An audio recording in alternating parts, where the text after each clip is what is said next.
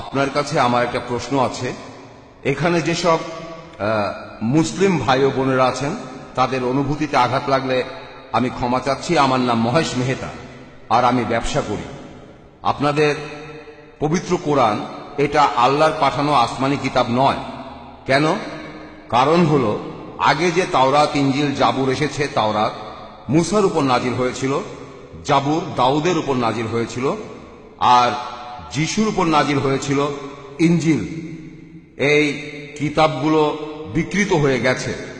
তিনটা কিতাব আপনারা মুসলিমরা বলেন বইগুলো বিকৃত হয়ে গেছে।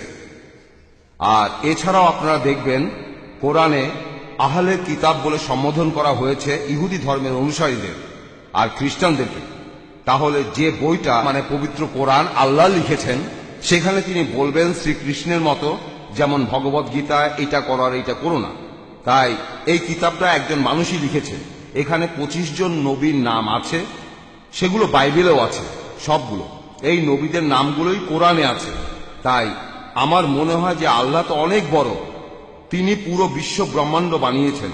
তিনি কখনো এভাবে বলবেন না যে এরা ইহুদি বা এরা খ্রিস্টান, কারণ ইহুদি বা খ্রিস্টানরা তো তারই সৃষ্টি। আমার মনে হয় এই পবিত্র কোরআন কোনো মানুষই লিখেছে। এছাড়াও আমি আরেকটা প্রশ্ন করতে চাই।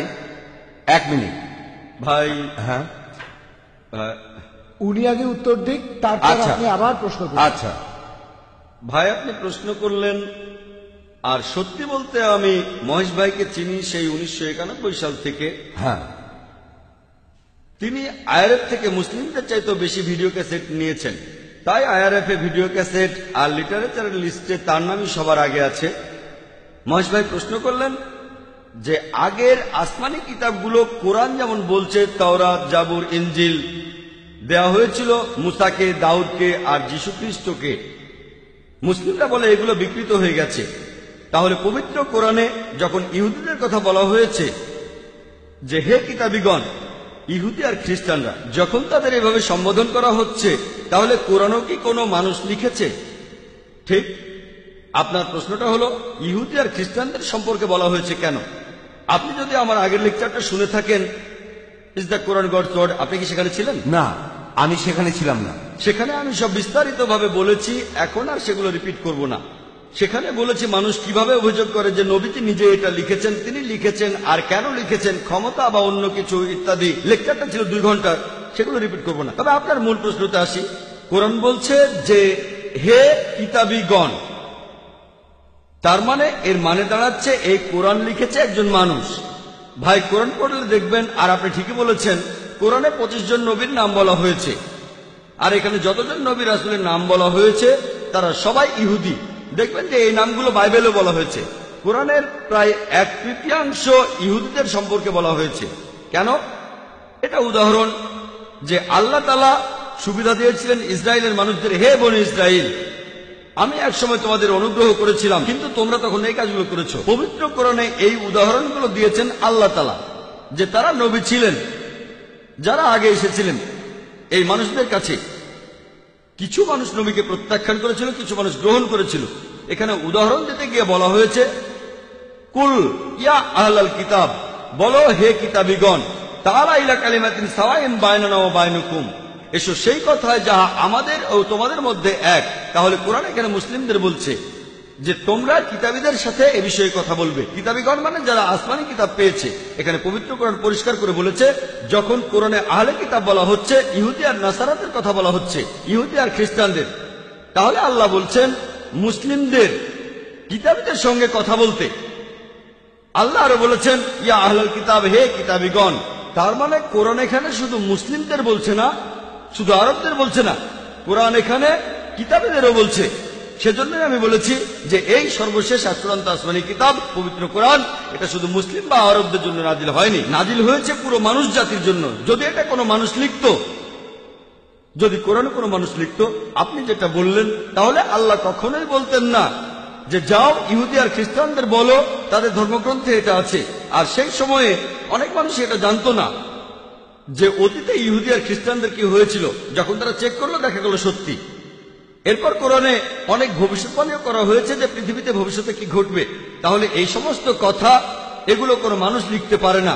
বিস্তারিত জানার জন্য আমার ভিডিও ক্যাসেট দেখেন, is the Quran God's word. আশা করি উত্তরটা পেয়েছেন। আরেকটা কথা বলবো, আমি 55টারও বেশি দেশে ভ্রমণ করেছি। আপনাদের কোরআন আর হাদিস মূর্তি পূজাকে নিষিদ্ধ করেছে।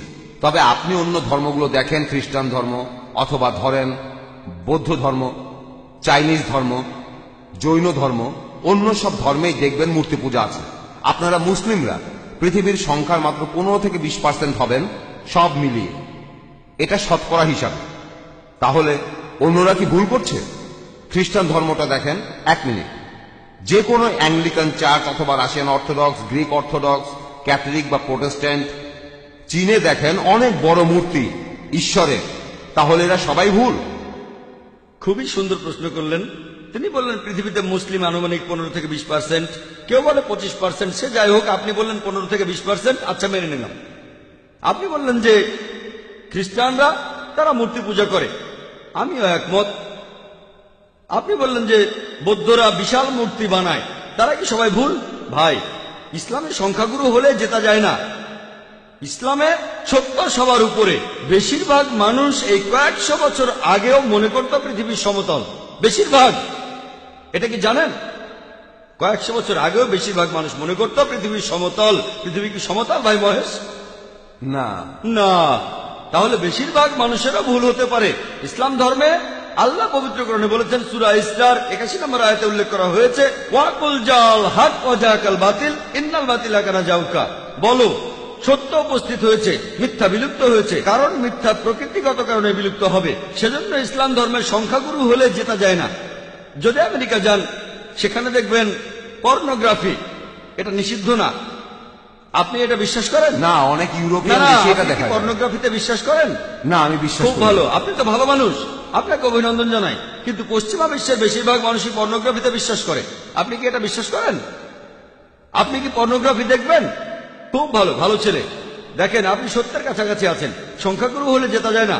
আপনি তখন বললেন যে খ্রিস্টান ধর্মে সবাই মূর্তি পূজা করে। খ্রিস্টান ধর্মে আসলে মূর্তি পূজা নেই, কিছু খ্রিস্টান মূর্তি পূজা করে, যেমন কিছু মুসলিম ভুল কাজ করে। যদি খ্রিস্টানদের বাইবেল পড়েন, আর আমিও নিশ্চিত যে আপনি বাইবেল পড়েছেন, বাইবেলে উল্লেখ করা আছে, বুক অব ডিউটেরোনমি 5 নম্বর অধ্যায়ের 7 থেকে 9 নম্বর অনুচ্ছেদে বলা হয়েছে, তোমরা আমার কোনো প্রতিমূর্তি তৈরি করবে না। মহান স্রষ্টা তিনি বলেছেন, ওল্ড টেস্টামেন্টে আছে, তোমরা আমার কোনো প্রতিমূর্তি তৈরি করবে না, কোনো কিছুই না যেটার সাথে মিল আছে আকাশমণ্ডলের কিছু, পৃথিবীর কিছু, অথবা পৃথিবীর নিচের কিছু। তোমরা তাদের সেবা করবে না, তাদের কাছে নতজানু হবে না, কারণ আমি তোমাদের ঈশ্বর এবং প্রভু খুবই প্রতিহিংসা পরায়ণ। এই কথা আবারও আছে বুক অব এক্সোডাস 20 নম্বর অধ্যায়ের 3 থেকে 5 অনুচ্ছেদে, যে তোমরা আমার কোনো প্রতিমূর্তি তৈরি করবে না, কোনো কিছুই না যার সাথে মিল আছে আকাশের কিছুর, পৃথিবীর কিছুর, অথবা পৃথিবীর নিচের কিছুর। তোমরা এদের সামনে নতজানু হবে না, সেবা করবে না, কারণ আমি তোমাদের ঈশ্বর এবং প্রভু খুবই প্রতিহিংসা পরায়ণ। তাহলে ওল্ড টেস্টামেন্ট অনুযায়ী মূর্তি পূজা নিষিদ্ধ কাজ। আর যীশু খ্রিস্ট নিজেই বলেছেন, এটা আছে গসপেল অফ ম্যাথিউ 5 নম্বর অধ্যায়ের 17 থেকে 20 অনুচ্ছেদে, মনে করো না আমি নবীদের আইন বাতিল করতে এসেছি, এগুলোকে বাতিল করতে আসিনি, পূরণ করতে এসেছি। তোমাদের মধ্যে যদি কেউ কোনো একটা আইন ভাঙে আর অন্য কেউ ভাঙতে বলে, সে তাহলে স্বর্গের রাজ্যে প্রবেশ করতে পারবে না। আর যে এই আইনগুলো মেনে চলবে, সে স্বর্গের রাজ্যে প্রবেশ করতে পারবে। যদি তাদের ন্যায়নিষ্ঠতা গ্রন্থে বলা ন্যায়নিষ্ঠার চাইতে বেশি না হয়, তাহলে তারা স্বর্গের রাজ্যে প্রবেশ করতে পারবে না। তাহলে যীশু খ্রিস্টের কথা অনুযায়ী আপনি যদি স্বর্গের রাজ্যে প্রবেশ করতে চান, আপনাকে তাহলে ওল্ড টেস্টামেন্টের সবগুলো আইন মানতে হবে, মুসা নবীর আইন মানতে হবে। স্রষ্টার কোনো প্রতিমা বানাবেন না। তারপরও মানুষ বানায়, কেন? সব খ্রিস্টানরা কিন্তু বানায় না, প্রোটেস্ট্যান্টরা বানায় না। খ্রিস্টান ধর্ম সম্পর্কে আপনার জ্ঞান বেশ কম, আপনি এখনো ছাত্র। ক্যাথলিকরা এটা করে, তারা মূর্তি বানায়। এজন্যই প্রোটেস্ট্যান্টরা প্রোটেস্ট করেছিল যে আপনাদের কাজটা ভুল। তাহলে বাইবেলের কথা অনুযায়ী সৃষ্টিকর্তার কোনো প্রতিমা বানাতে পারবেন না। আপনার কথা মানি?